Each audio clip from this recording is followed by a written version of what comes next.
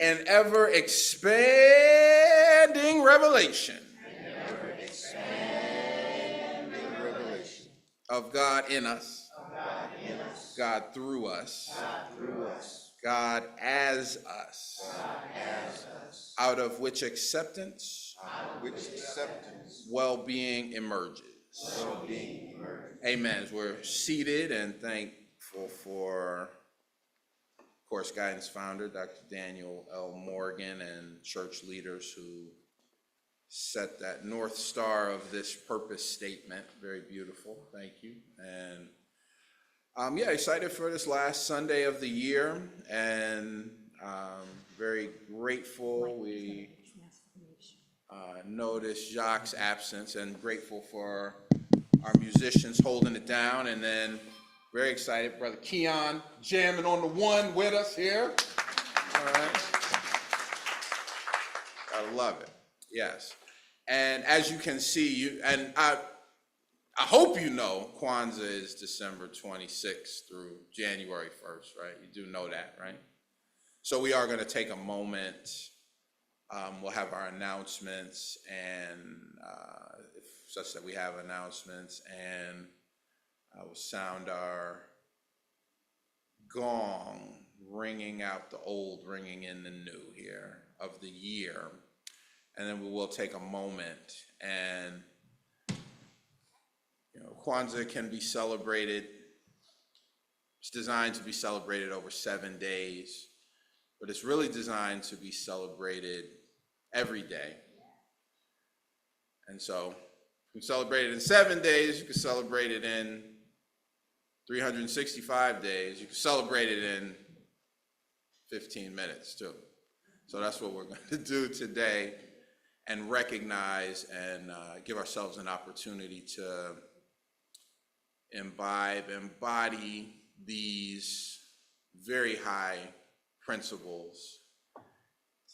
And even if it wasn't created as specifically a metaphysical holiday, these high principles and high consciousness are very appropriate for guidance, and so we're going to be celebrating that shortly. And thank you for taking part with us. And then we'll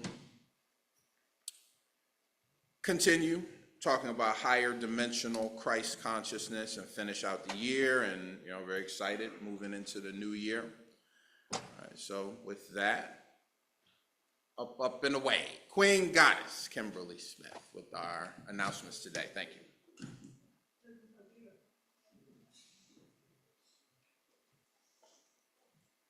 Good morning, Guidance. Good morning. We continue streaming on Zoom for members and friends to be in virtual service with us. Additionally, we have a YouTube channel and are now live streaming and recording our services for revisiting at any time. Simply go to YouTube and search Guidance Church Service. We bless our outreach introduction of Guidance Church to connect with the many, not only YouTube, but also a most welcome in-person visit at our physical location. To our live streaming audience, our location is 7225 Crenshaw Boulevard, Los Angeles, California, 90043. Visit our website at guidancelife.org. There you can find more information about what we believe. Also, be sure to invite your family and friends to join us every Sunday at 10 a.m. To join our Zoom live stream, you simply visit our website at guidancelife.org. On the menu across the top of the screen, select Watch Live. Then click on the button that states Click Here. Your family and friends will be able to join us. There are many ways to donate to Guidance. One is through Zelle at guidancechurch@gmail.com. Another is on our website at guidancelife.org, and click the Donate button. You can still mail your donations to the church at Guidance Church, P.O. Box 431770, Los Angeles, California 90043. I have a correction from last week. For Queen Mother Henrietta Fordson, the memorial service will be February 7th. Let's see, and then we have one more. Where? At 2 p.m. At 2 p.m.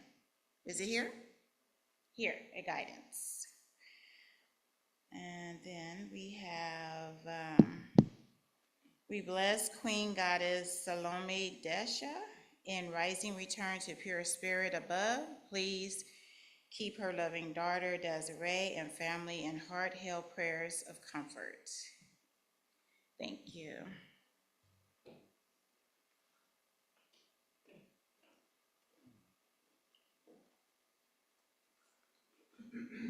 Alfred Lord Tennyson, great author, and also quite the metaphysician for sure, has a poem. A part of it is, ring out the old, ring in the new, ring happy bells across the snow. The year is dying, let her go. Ring out loud bells, proud and true.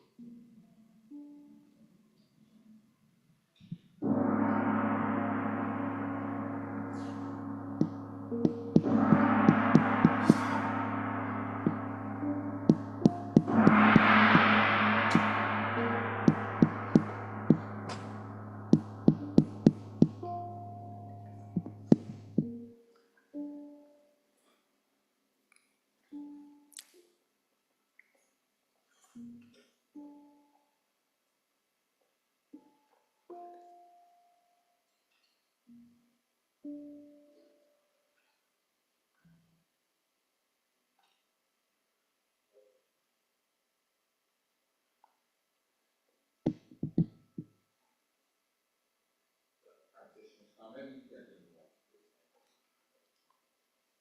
Yeah.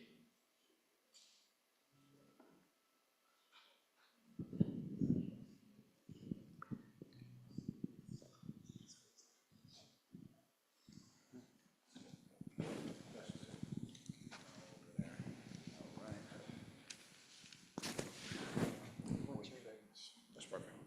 Yep, just stand right there.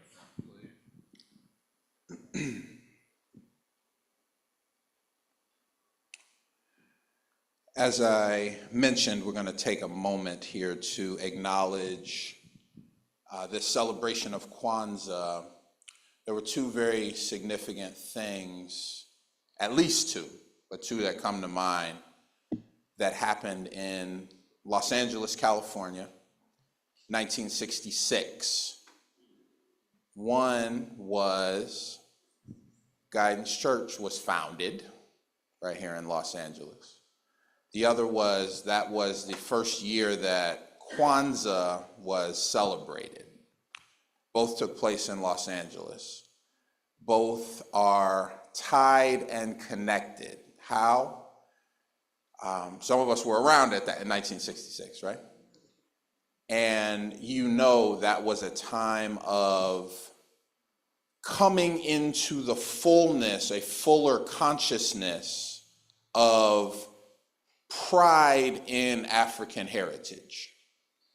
Up until that time, and still today, there had been centuries of oppression, centuries of self-hatred, centuries of people of African descent in this country putting themselves down. And you probably know around that same time, I think it was 68, James Brown came with the song, Say It Loud, Black and I'm Proud, right? So all coming out of that same period of time, and we know that this was initiated by a great scholar, activist who's still around, Dr. Maulana Ron Karenga. Yes, and it is an inspiration. It's obviously inspired by, just so that you know, what does the word Kwanzaa mean? It means first fruits. In agricultural societies, which are the origin of society, which originated in Africa, obviously one of the greatest celebrations is when it's harvest time. When the work that we've put in, the seeds that we have planted are now, are yielding the fruit that they are yielding, and we can celebrate. But in the Bible, we see it. In this African tradition, we see it as well.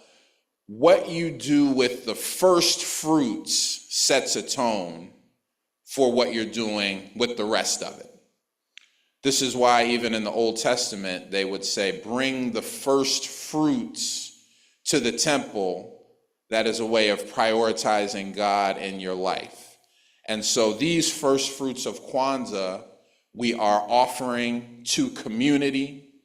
And these fruits are not, though they are symbolized by corn and by other grain at a traditional Kwanzaa table, and this one has been put together so beautifully and appropriately, and everything has significance. The tablecloth has significance. The drums have a clear significance. The corn symbolizing a harvest, that seeds have been planted, and now as we enjoy the harvest, what are we doing with the first fruits? Not just first fruits of food, not just first fruits of money, but the first fruits of these 7 principles. And this is particularly appropriate for guidance, not just because guidance and Kwanzaa came about at the same time, but also because those principles that we are discussing, you see them on the screen there, are metaphysical in nature. We'll spend just a moment discussing these. And as each candle is lit, may this first fruit, may this principle that we are discussing, that we are sharing, be ignited in your heart as well. One of the most important traditions in this African culture that we are inheriting, that we are lifting up through Kwanzaa, is an acknowledgement of ancestors, an acknowledgement of those who have come before, an acknowledgement of our elders. And so as part of that, I will take just a moment here. Can you hold the mic here? And where can hear me. So we've all seen a libation before, all right? And oftentimes it might be some malt liquor or something, but yeah, exactly. But that's all a part of it. Yeah, we're pouring some out for the ones who aren't here. First fruits, and it has to be the first bit before everybody starts gulping and sharing. You got to remember those who came before. Oh, this isn't even real. Let me hit this.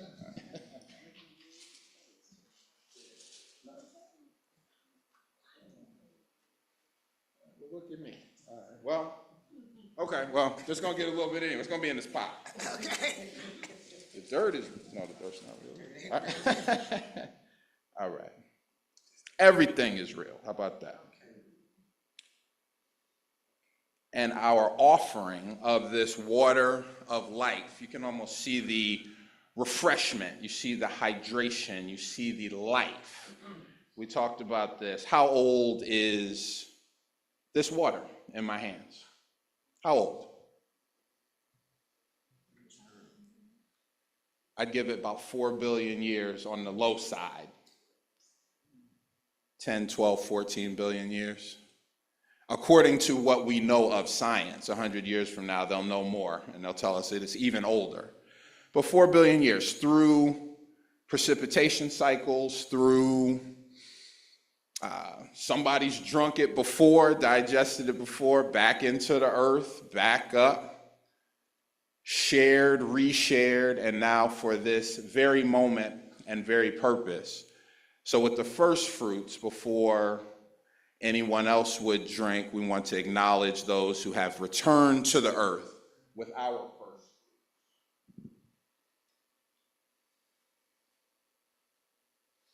And now let's take a moment with these principles, and I'm grateful for our practitioners. Brother Mel will light the first candle. This is Umoja. This is unity.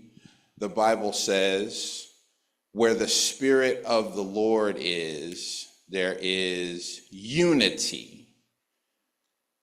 You're familiar with the oneness principle. You're familiar with Deuteronomy chapter 5 that says, "Hear, O Israel, hear, the Lord our God, the Lord is one, and let us love the Lord with all our heart, mind, soul and strength. You're familiar with New Thought, Science of Mind, principles of unity, and even the most advanced scientific concepts are now telling us that everything is a unified field of oneness. Yet, even though unity and oneness is the actual scientific and spiritual reality, we find ourselves in a world of fragmentation and division. Now, our diversity is our strength. We're not all called to be uniform, but in the separate gifts that we each bring to the village, to the church, to the community, to our families, to our homes, and even the different aspects of ourselves, take a moment and allow them to come into this spirit of umoja, which is unity. Just take just a second or two.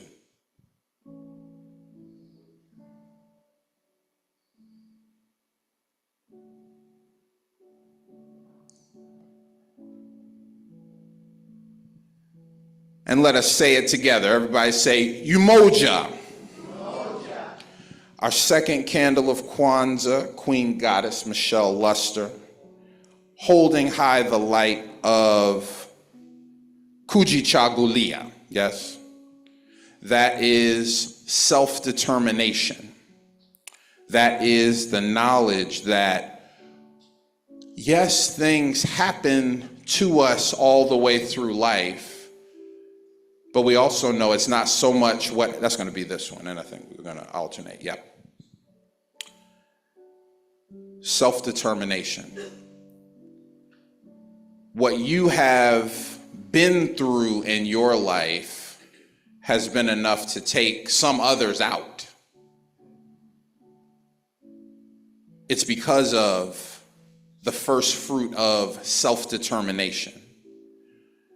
Who has not been victimized? Who has not been talked about, lied on, buked, and scorned? But that's not what defines us. Even the call of Kwanzaa itself, a people, as Bob Marley said, stolen from Africa, brought to America. Well, that's not fair. Yet, it sparks a self-determination. And let that spirit of self-determination ring clear and true in you. Let each one take this opportunity to embody, to embolden the spirit of self-determination, the fruit of Kujichagulia.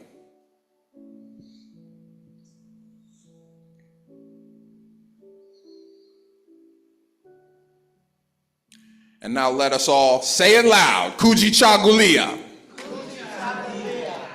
Our third principle of Kwanzaa, beloved Queen Goddess, Marlene Fleming Shaka. This is Ujima, collective work and responsibility. They say if you want to get somewhere fast, if you want to go fast, go alone. And that's true, isn't it? But they say if you want to go far, go together. That's African wisdom. What's the difference? If I want to go fast, go alone. If I want to go far, go together. No one of us has all of the answers. No one of us has all of the resources. No one of us has all of the capability. And so this spirit of collective work and also of responsibility. In a perfect metaphysical taking of responsibility, there is no one else to blame. I am where I am, we are where we are, and if a change is to be, it's up to me. But in the collective, it's up to us.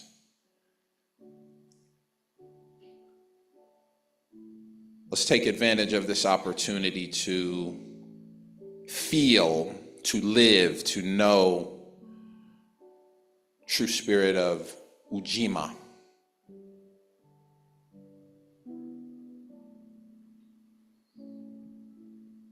And now let us say it with our hearts. Ujima. Our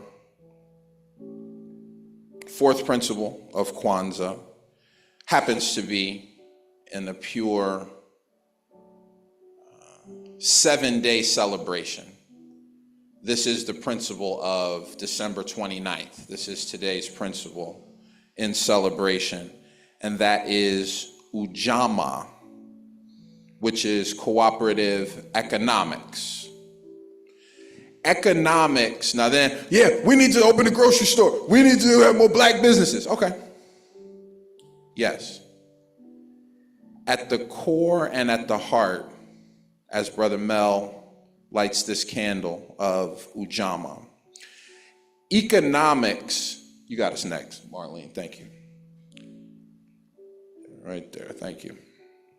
Oh, thank you, that's great. Vaughn, I said Marlene, thank you. Cooperative economics. Yeah, black people, the black dollar only circulates 2 times in the community. Korean dollar circulates 7 times. That's true. Let's take a step out beyond a black versus white versus yellow.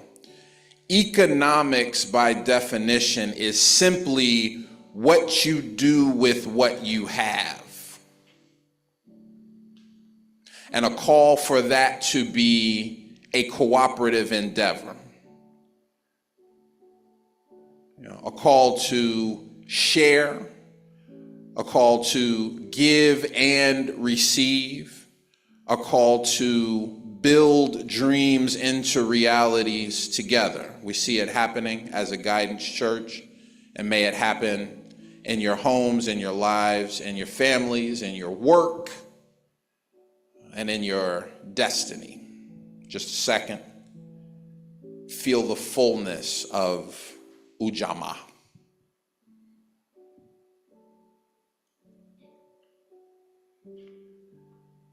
And now let us say it loud. Ujamaa. Ujamaa.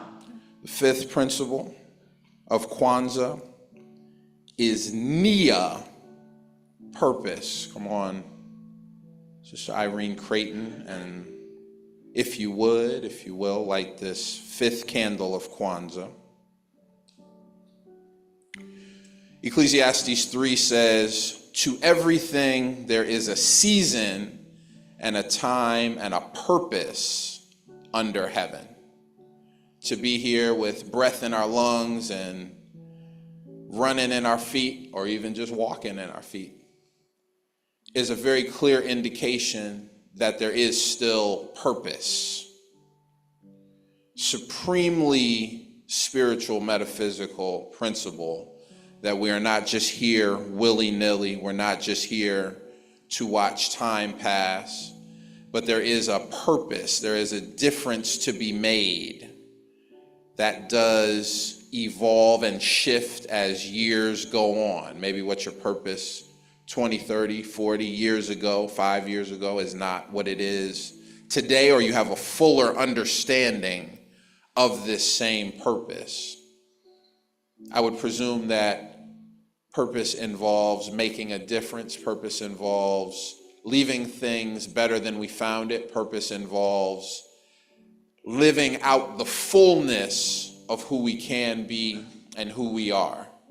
Very, very high calling to live a life of purpose, not measured by anything quantitative that could be measured, but measured by your own consciousness. When we look in the mirror, when we call our own names,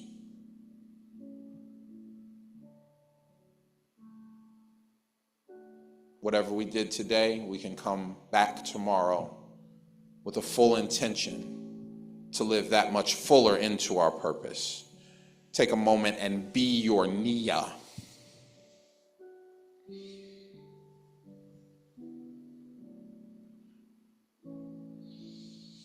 Now let's say it together. Nia. Nia. Fantastic. Our sixth principle of Kwanzaa. Kuumba. which is creativity.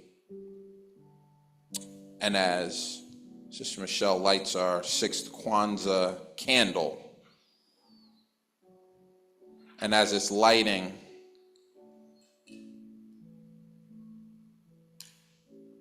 this is symbolic.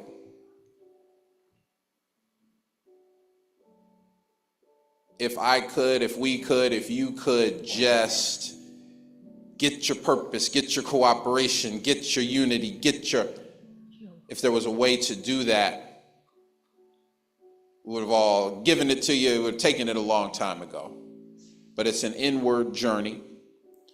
And it, in some ways, even though this is the 6th principle, it begins with creativity. How amazing is this human imagination? And what are its limits? What are the limits of what you can imagine? What are the limits of where you can go in your own mind? One of the great travesties is that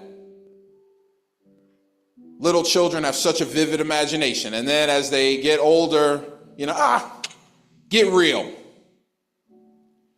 Einstein said, imagination is more important than facts. Because facts, it already is what it is. So this table is what it is. That's a fact. But this table is deteriorating. It's on its way out. But what is in the creative space is on its way in. It's very critical. God is a creator. God is creative. Made in God's image, you are a creator. You are creative. So may the spirit of Kuumba, and it comes with a lot of joy. It comes with a lot of transformation. Embrace it. Never too old for creativity. Never too old for imagination. Never too old for the power of God to be made new and to make us new. Take a moment to celebrate your creativity in the spirit of Kuumba.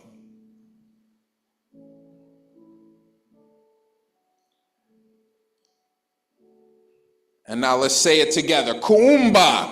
Kuumba. And our 7th and final principle of Kwanzaa. Sister Marlene, if you would. This is Imani, which is faith. Yeshua, Jesus Christ, taught if you have a mustard seed of faith, you can say to this mountain, be moved into the sea, and it will. Book of Hebrews says faith is the substance of what you hoped for. And even though you can't see it yet, you have some sort of evidence of what you can't see yet. And then the reward of trusting that evidence before you can see it, believe in it before you can see it, then the reward is you will see what you believed. So powerful.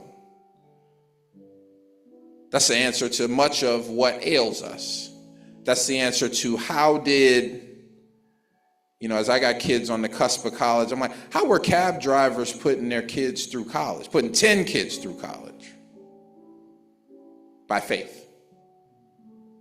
How were families separated yet maintained the spark of life, maintained a knowledge of God, maintained a sense of truth and goodness?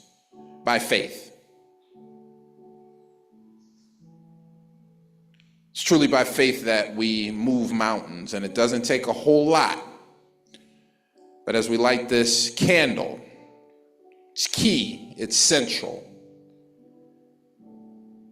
Embarks on a new year that can and will be exactly as we will it to be, trust it to be, intend it to be, work for it to be, expect it to be, by faith. Jesus offered to heal a man And he said, well, do you believe? Do you have faith? And the man said, yes, I believe. Help my unbelief. And we're all kind of somewhere in between there often. Yes, I believe, but I also doubt too. It's not bad to doubt. The words of Adam Clayton Powell and so many others. No matter how dark it got, keep the faith, baby. Receive the faith, keep the faith, uphold the faith right now. In the true spirit of Imani, true spirit of the new year. And let us say that together. Imani. Imani. And as we celebrate these principles, this spirit of Kwanzaa, we're going to let these lights light for a little while longer. That the true spirit of Kwanzaa be ignited in us individually, collectively, now and forever. Amen, Ashe, and so it is.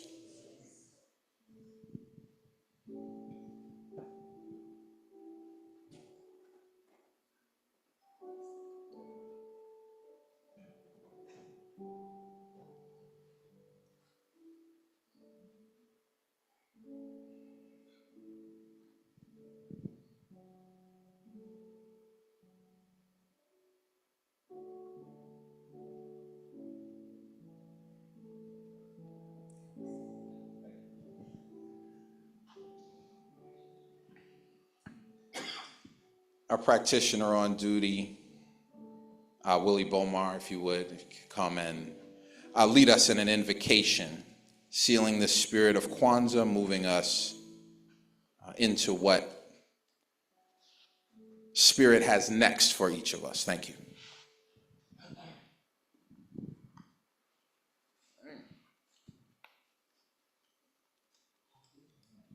The insurance paid.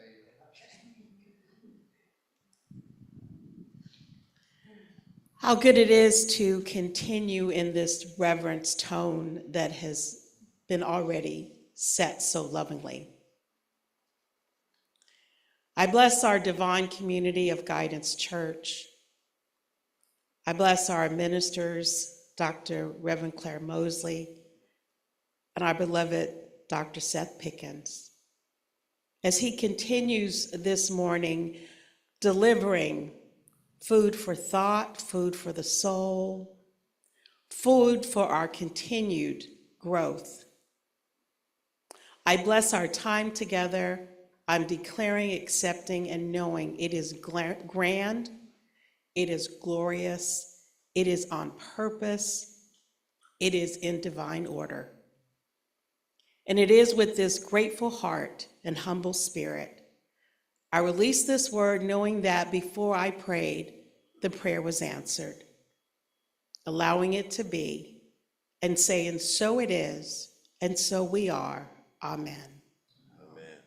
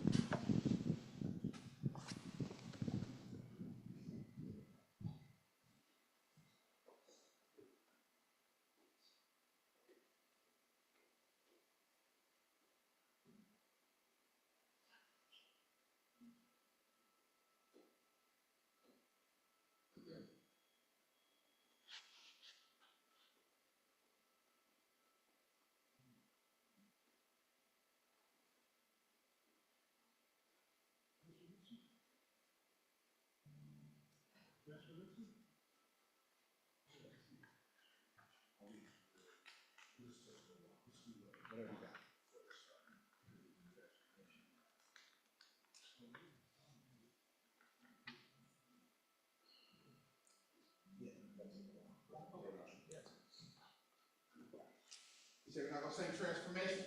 Just be the transformation today. All right.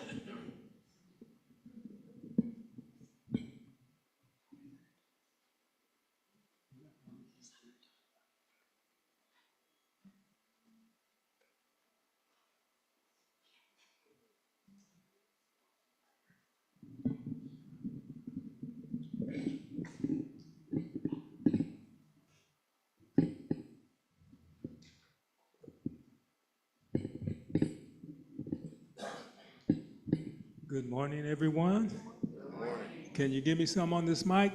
Please. Mike, please. Hello.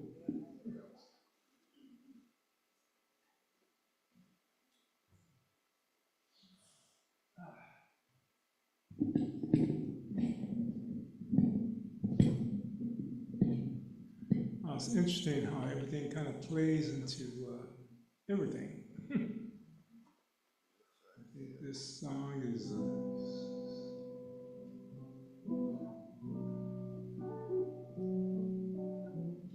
it's just a song. After the sermon, just to keep your head in the sky.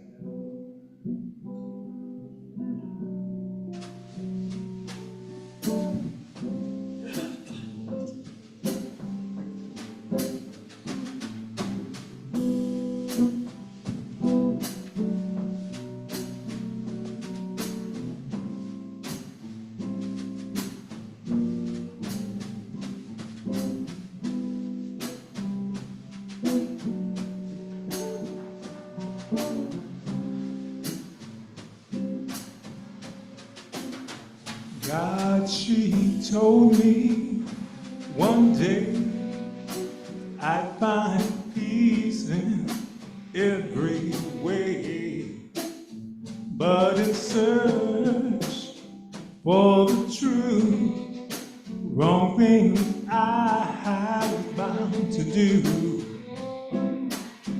Keep your head to the sky, or the clouds will tell you why. As I grew and with strength, Lord, help me as I have sinned. Yeah, she said, keep your head to the sky.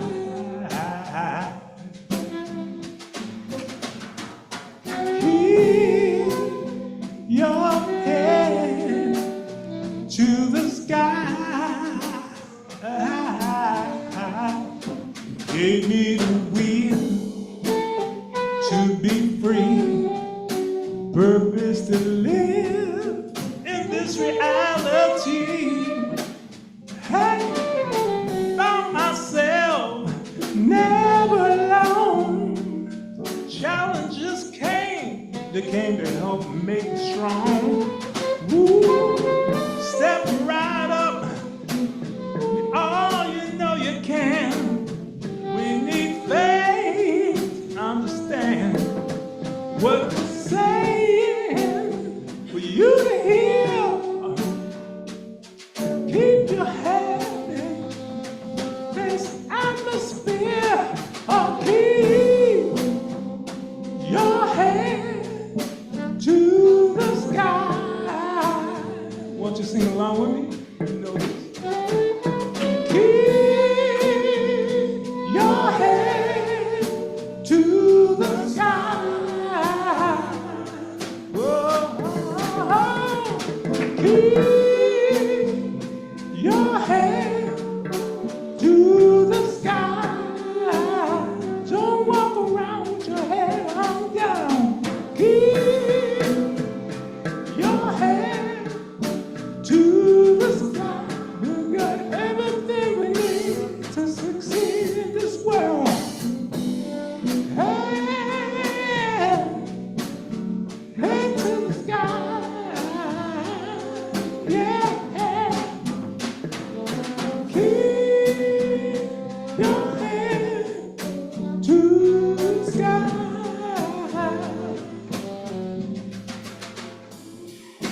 Keep your head to the sky.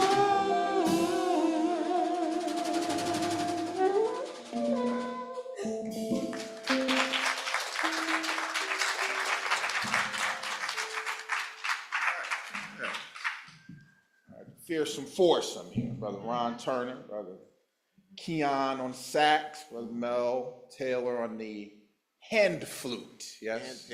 Hand pan, right.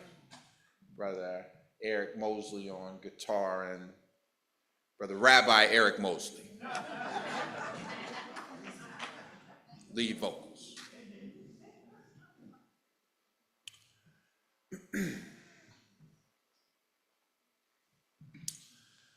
Yeah, end of the year, and okay, Marlene and Irene, keep half an eye on that, all right?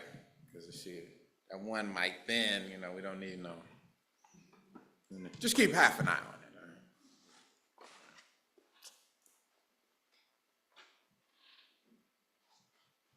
You see the passages. I'm going to just jump right in here. We've been talking higher dimensional consciousness all this month long.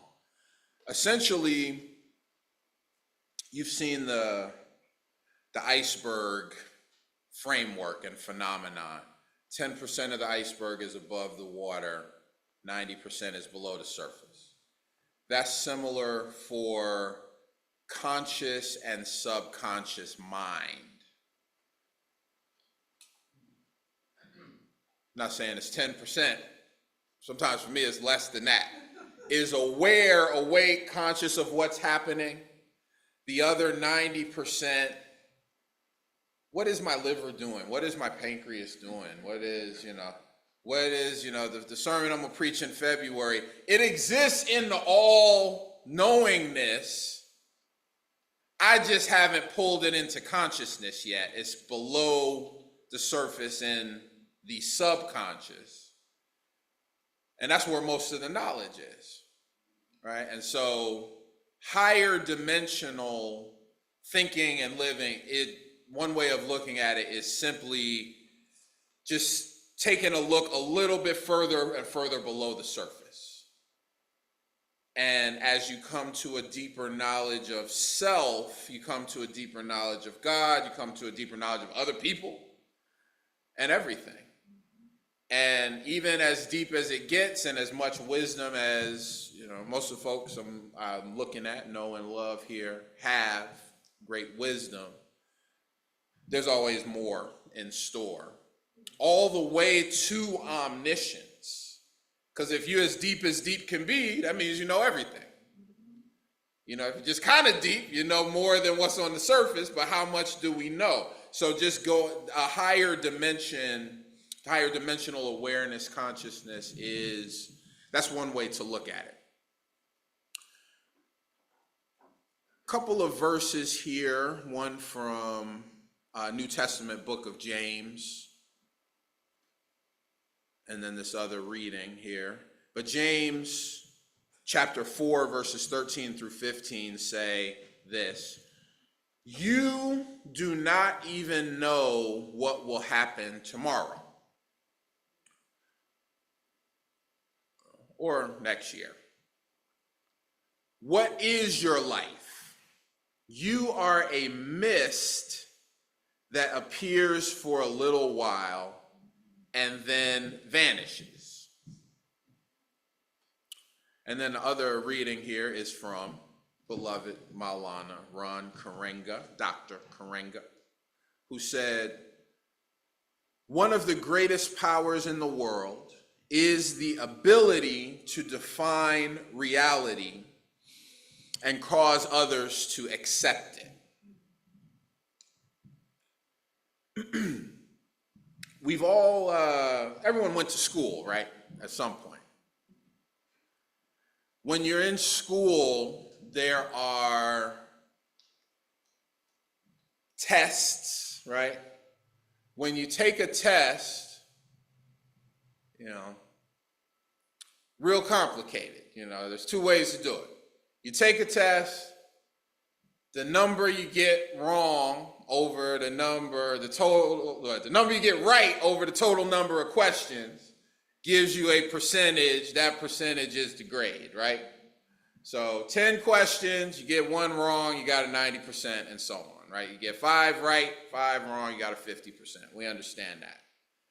In school, that's how it goes.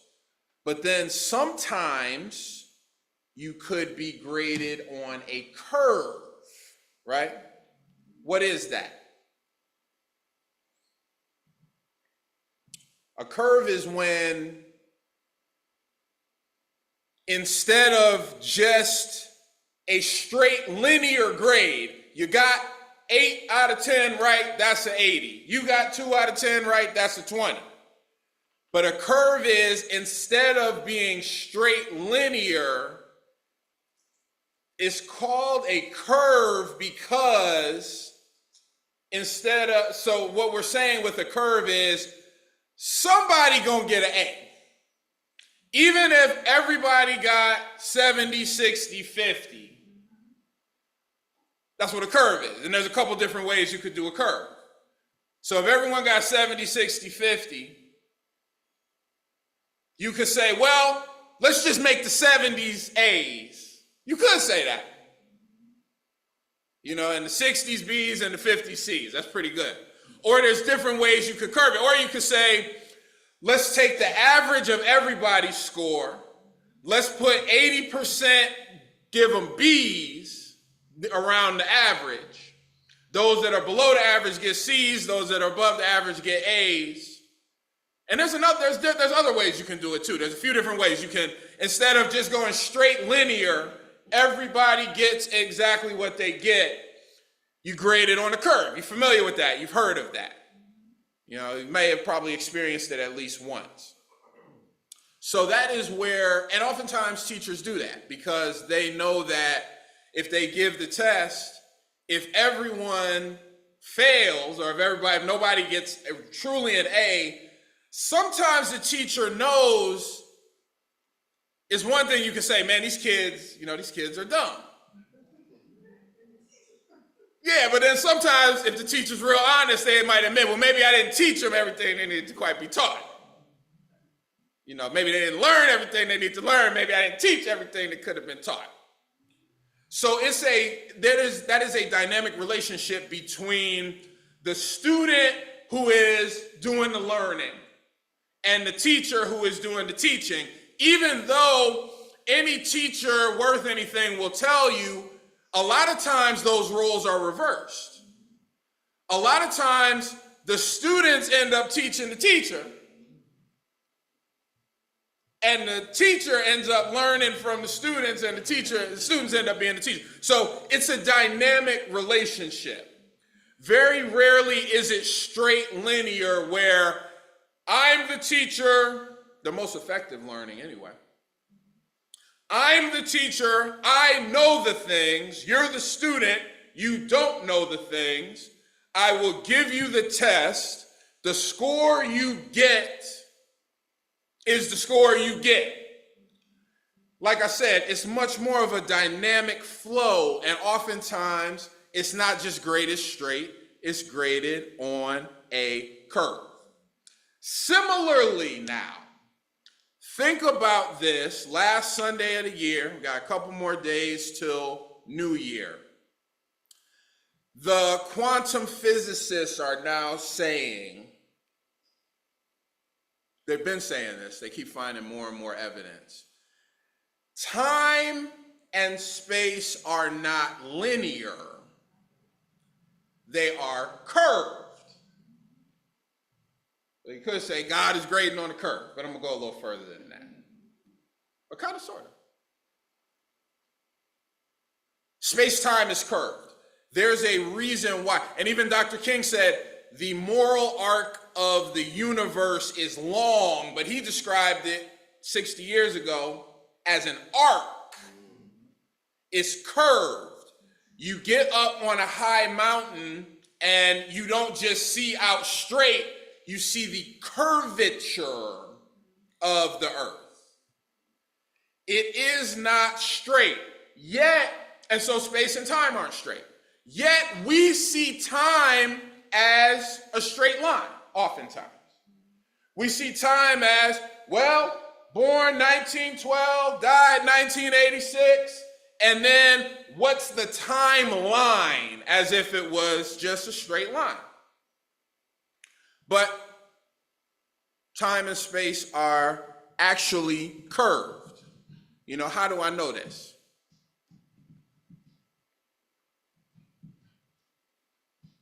We're coming to a new year, right? How far are we from the new year? Question. mean, it's not a trick question. 2 days, right? Tomorrow and the next day, and then it's the new year, right? Tomorrow's the 30th, Tuesday's the 31st, Wednesday is the new year, right? Now, in third and fourth dimension, that feels like a straight line.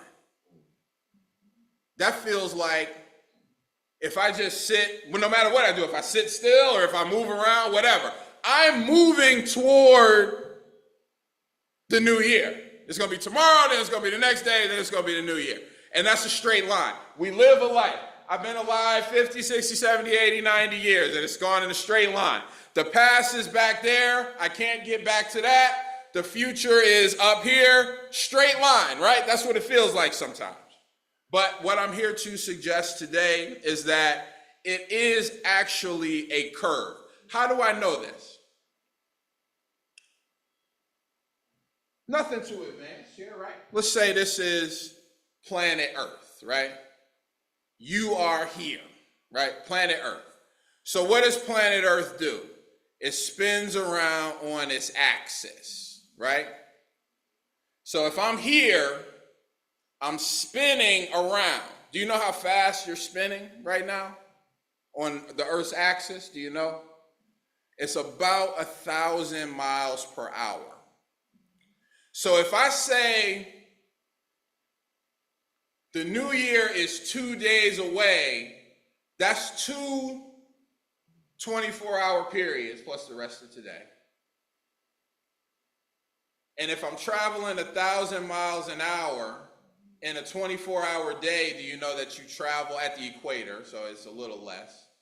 You travel 24,000 miles every day. You ever thought about that? And it's not in a straight line. So to get to Wednesday, I'm going to travel from noon today till midnight Wednesday. I'm going to travel 60,000 miles in a circle before I get to Wednesday. Now, that's just part of it. Because you also know, nothing too advanced, this is the sun, this is the earth. I'm doing this at 24,000 miles an hour. I'm also doing this, right? And it takes 365 days to do that. Do you know how fast we're traveling around the sun? 66,000 miles an hour. Plus, it's just south of 67, they say. So I'm traveling 66,000 miles an hour this way. I'm traveling 1,000 miles an hour this way. None of these are straight lines, by the way. But then, did you know the sun is traveling around the Milky Way galaxy? At the same time, I don't want to unscrew the mic. Hold on.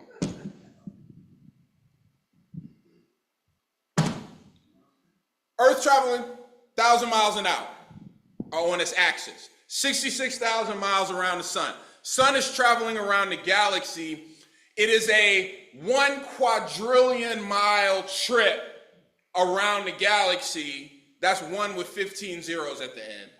It takes 225 million years for the sun to travel all the way around the Milky Way galaxy one time, going 574,000 miles an hour. So we are moving 1,000 miles an hour around the Earth's axis, 1,000 miles an hour. Hold on, wait a minute. Moving so fast, I can't keep it straight. I'm dizzy. 1,000 miles an hour, Earth spinning on its axis. 66,000 miles an hour, Earth spinning around the sun. 500,000 miles an hour, sun spinning around the galaxy. And this galaxy is spinning around the neighborhood of galaxies at, 822.6 miles an hour. Add that all up.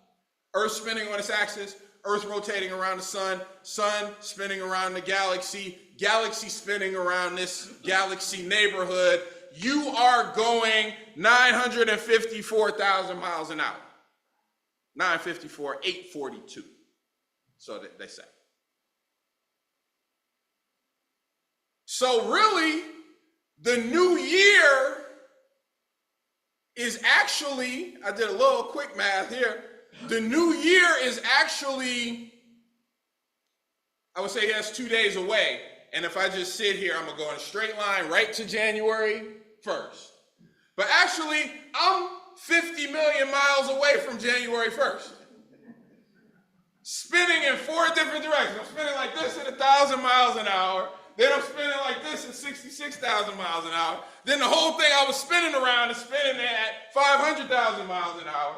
And then the thing that we spinning around is spinning at 374,000 miles an hour. Total of 954,852 miles an hour. Almost 1 million miles an hour that I'm spinning right now. Yet, it feels like I'm standing still. Just that in itself shows that reality as we know it is, I could call it an illusion. Because in order to have the stability of a human life, for things to be where I left them, for me to not just totally go dizzy, for me to be able to orient myself, it feels like I'm still. But if I tap in a little bit more, maybe it feels like I'm going in a straight line. But the fact of the matter is, this is all on a curve. None of it is straight as it is, but all of it, and you could say, the universe is grading on a curve. Or what I'm saying is space-time, where we are, this thing of existence, of time, of, hey, here we come into the new year. It's not straight, it's a curve. Now, it's a curve in the sense of, you notice, planets are round, the orbit is round, the sun is round. You've seen the Milky Way, it's a disc shape. These things are round, these things are on a curve. But so I mean it that way, but what I also mean is that when I say space-time is curved, is that it does not come at you straight, but it is, if I say graded on a curve, then it's like, well, who is the grader, right? But it does take place on a curve. What did I say a curve is? A curve is when none of us really passed, here. Who doesn't deserve to be in jail? Never in their life. Tax fraud. Oh, that hand went down. Whatever. Everyone, I'm not picking on anybody here. Everyone that deserves to go to jail does not go to jail. Everyone that deserves to live does not live. Everyone that deserves fair treatment does not receive fair treatment. Some people get a little less than they deserve. Some people get a little more than they deserve. Sometimes it's one, sometimes it's the other, all the way through life. It's never straight. It's always on a curve that life is lived. So we can take a deeper look at this. Because if it was straight, you would feel all that speed that I was talking about. You'd feel all 1,000,000 miles of it in 4 different directions too. You wouldn't know whether you were coming or you're going. And that's the reality of what we're living.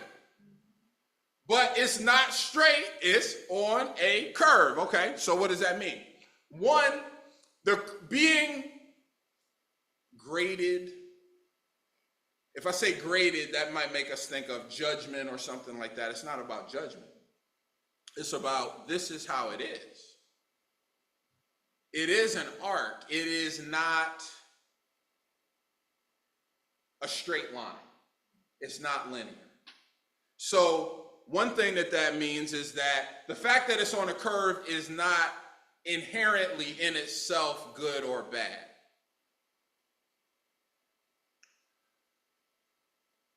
Think about, let me take it back to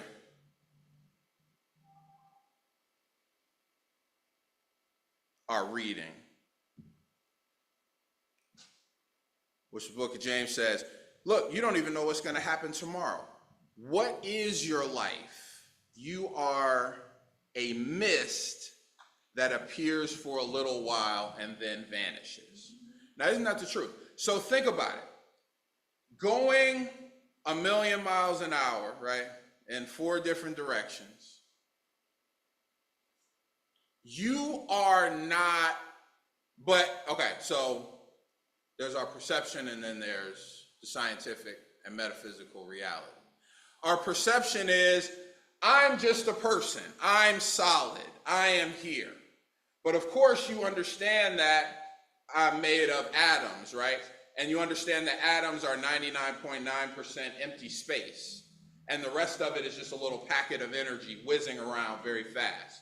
So, and that's what I'm made out of. So the real actual scientific reality is I am 99.9% empty space.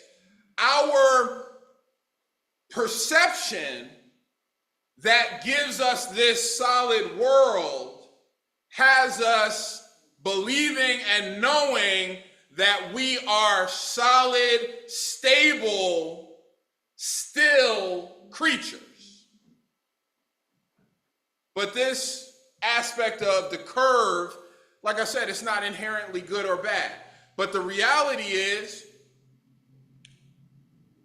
okay, I gotta ask this question, where am I? Am I in the past, am I in the present, or am I in the future? Now, on a plain look at it, you would say, well, yeah, you're in the present. That's all you got is the present moment. Here we are. How many of us, I would dare say all of us at some point, are stepping into the past or the future, or the future? How many of us have been affected by the past?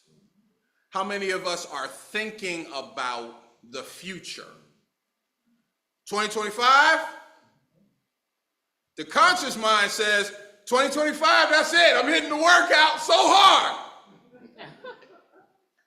But then if I take an honest look at the subconscious, I say, well, the last 25, January 1st, you held out a few hours.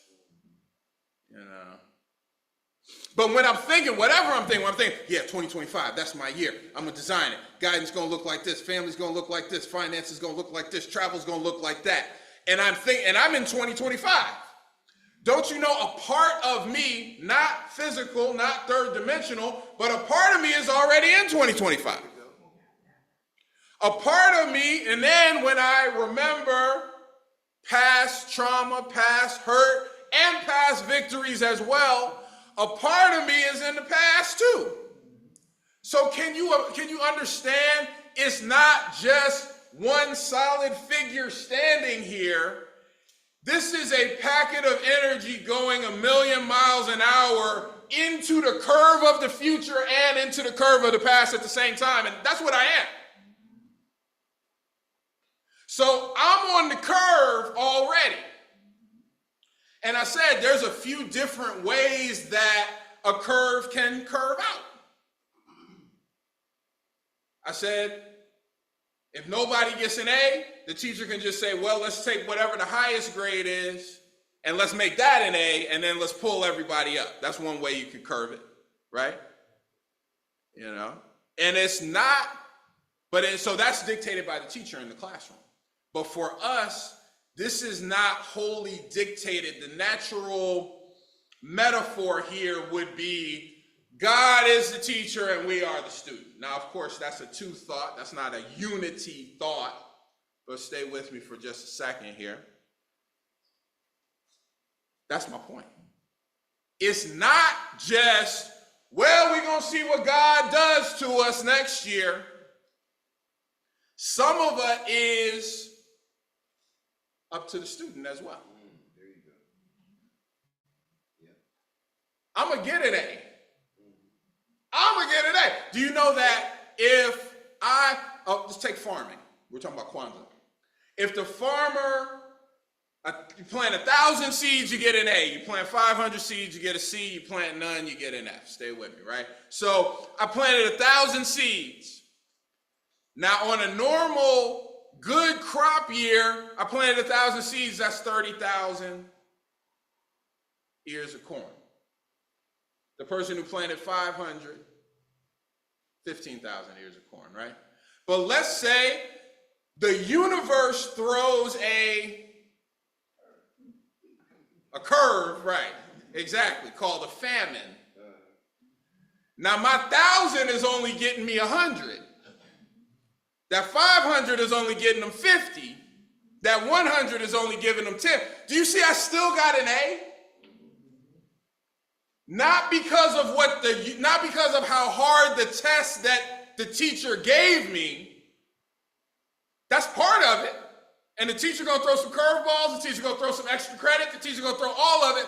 But some of it is as long as I show up, and that's why this is more than just talk. As I show up with self-determination, as I show up with creativity, this is why Ron Karenga put it this way. He said, one of the greatest powers in the world is the ability to define reality and to cause others to accept it.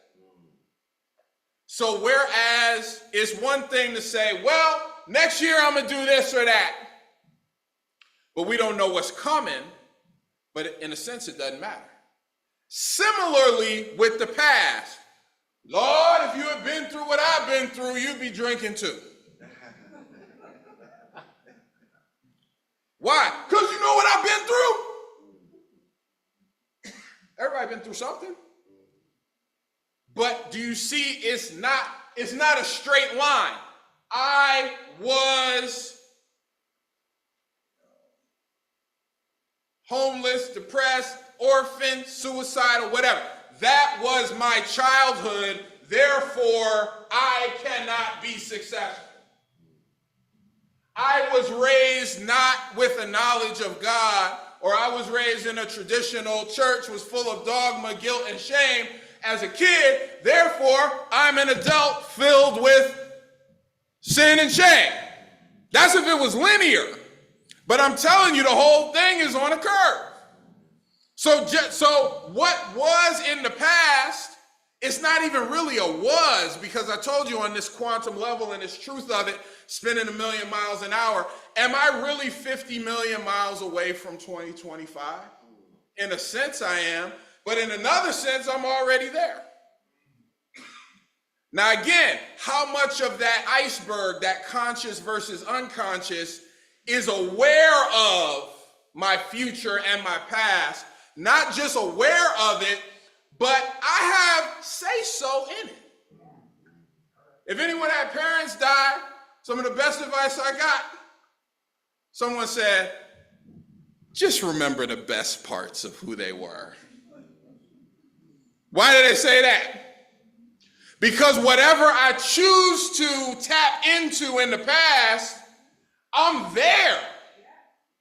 So they say, just, or they say, when you wake up in the morning, try to think positive, happy thoughts. That's not going to necessarily, that doesn't mean you're not going to have a test. That doesn't mean there's not going to be curveballs. A little positive thinking isn't going to fix everything, but whatever you're trying to fix, you will do better with a positive attitude than with not.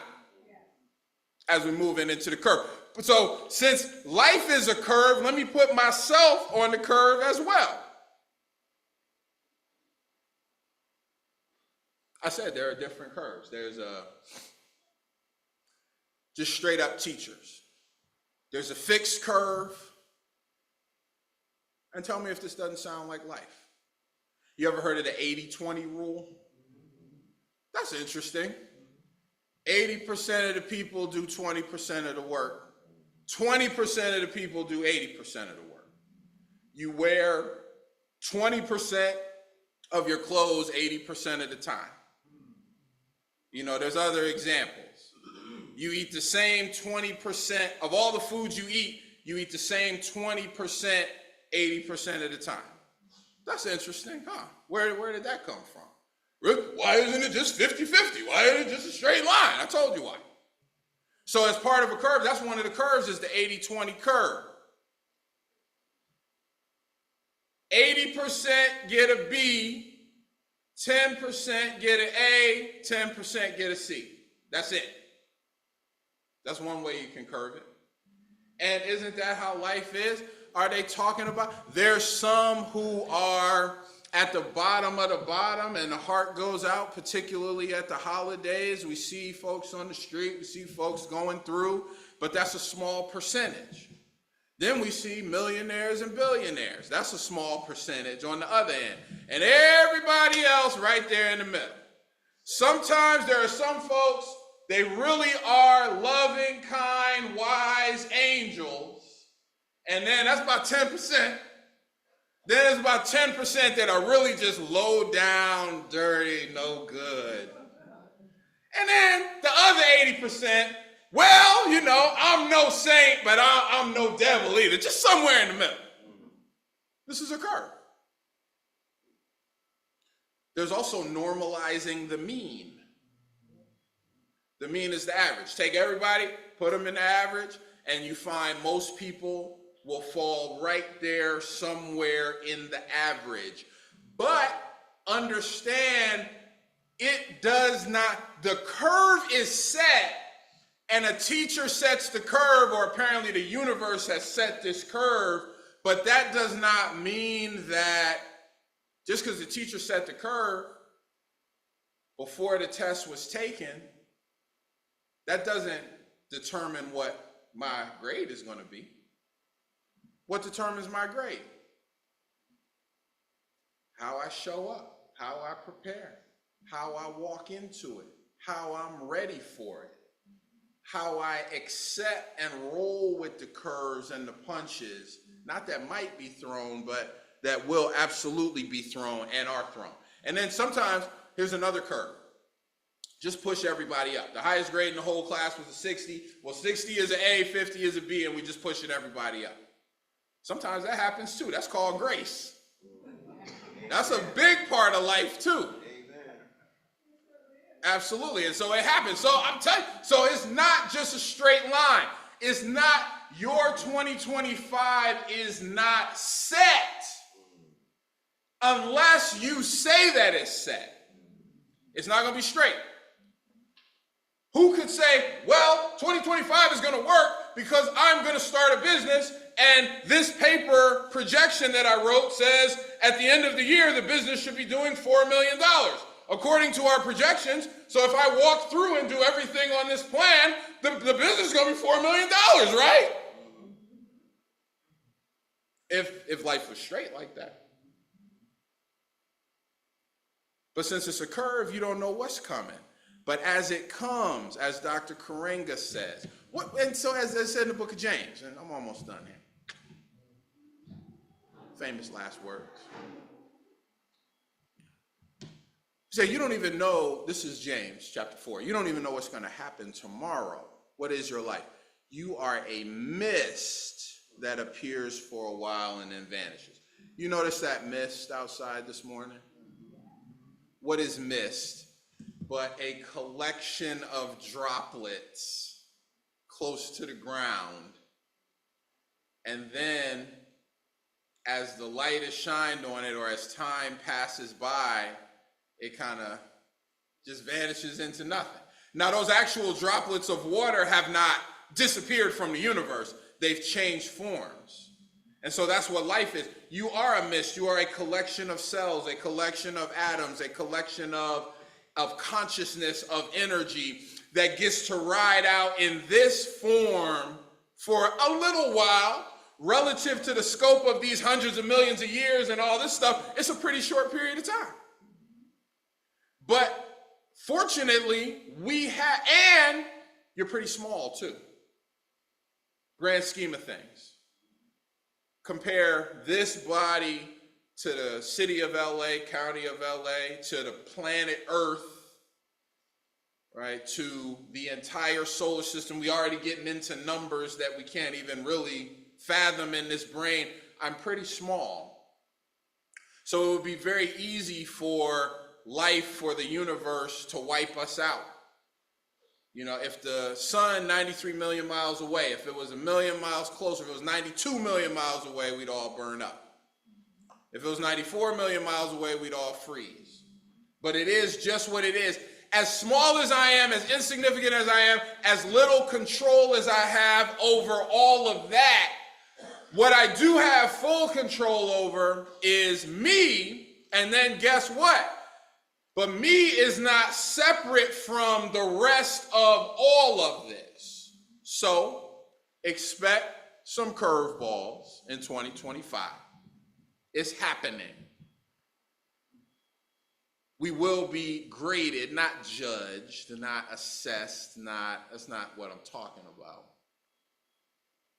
But just know that life is coming at us at a curve. But here's the thing. If spinning 1,000,000 miles an hour, which I am, and you are, spinning 1,000,000 miles an hour,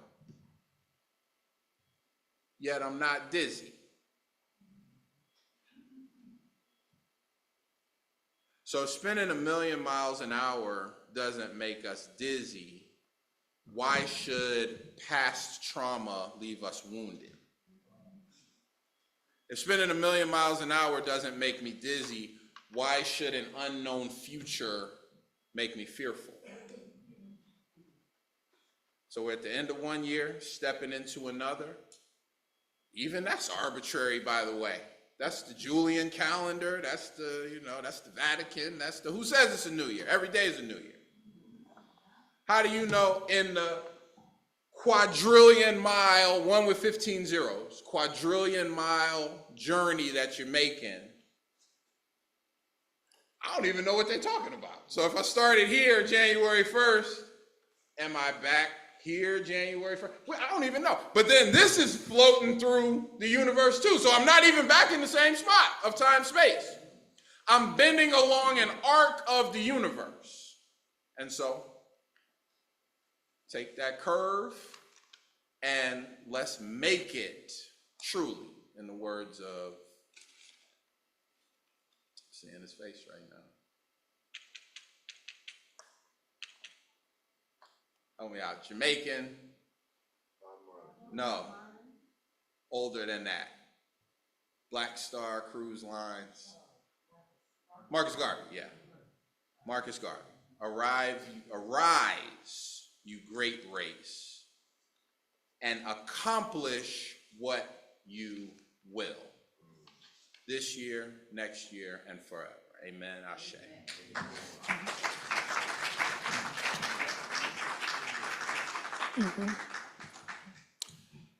And yeah, in a word of prayer and a treatment, acknowledging what we know as Father Time, what we know as the Ancient of Days, what we know as this passage of time that we have seen and known as linear. Feeling regret that we couldn't bring the past, couldn't change the past. But on a curve, you can change the past. Tap into it, make it what we will. As a part of this universe, endowed with the consciousness, endowed with the will, where there was fear of the future. Sometimes we've been so afraid of the future, we almost wish tomorrow wouldn't even come, but it's coming. But we can move into it knowing that it's never linear. That's a lower dimensional understanding. But there's a curve. There's an opportunity for it to be less than or more than what it appears to be. And if your incoming president is smart enough to know gunshots, lawsuits, common sense, maybe can't stop him.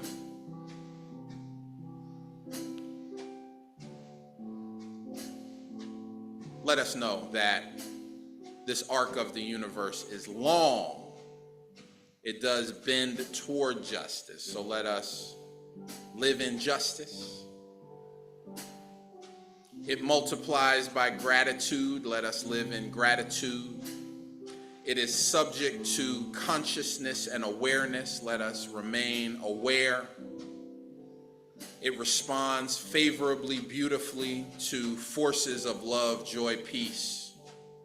Let us fill our hearts, choose, cultivate love. The dawn of this new year and always, with all gratitude and joy. Amen. Ashe. Amen.